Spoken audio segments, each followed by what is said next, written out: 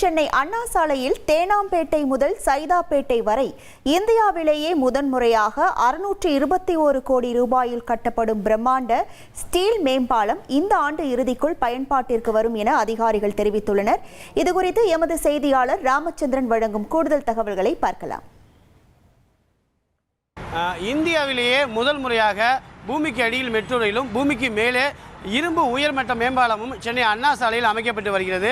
தேனாம்பேட்டை முதல் சைதாப்பேட்டை வரை இருக்கக்கூடிய 3.5 கிலோமீட்டருக்கு இந்த உயர்மட்ட இரும்பு மேம்பாலம் அமைக்கப்பட்டு வருகிறது. 621 கோடி ரூபாய் செலவில் இதற்கான பணிகள் தீவிரமாக நடைபெற்று வருகிறது.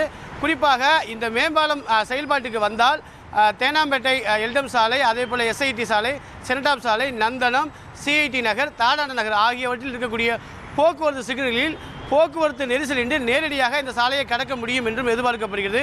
வழக்கமாக இந்த சாலையை கடக்கும் போது 16 நிமிடங்கள் போக்குவரத்து நெரிசலில் வாகன ஓட்டிகள் கடுமையாக பாதிக்கப்படுகிறார்கள். இந்த மேம்பாலம் செயல்பாட்டுக்கு வந்தால் 3 முதல் 5 நிமிடங்களில் இந்த சாலையை கடக்க முடியும் என்றும் நெடுஞ்சாலைத்துறை தரப்பில் தெரிவிக்கப்படுகிறது. இந்த சாலையில் தற்பொழுது கடப்பதற்காக இலக்கு வைத்துள்ள வாகனங்கள் எண்ணிக்கை 10,000 ஆகும். ஆனால் தற்பொழுது 18,000 என்ற வாகனங்கள் எண்ணிக்கை அதிகரித்துள்ளதால் இந்த உயர்மட்ட இரும்பு மேம்பாலம் மிக அவசியமாக தேவைப்படுகிறது.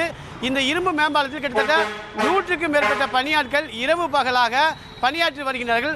ஒட்டுமொத்தமாக 3.5 கிலோமீட்டருக்கு 134 தூண்கள் அமைக்கப்பட்டு தற்பொழுது மேம்பாலம் அமைக்கக்கூடிய பணியானது தீவிரப்படுத்தப்பட்டு வருகிறது.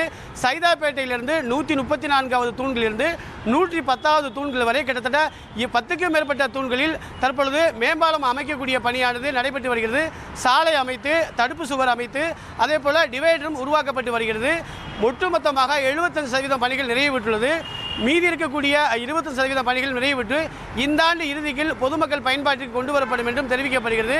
மேம்பாலத்தை பொறுத்தவரை இருவழி போக்குவரத்தாக 4 வழித்தடங்களில் இந்த மேம்பாலம் அமைக்கப்பட்டு வருகிறது.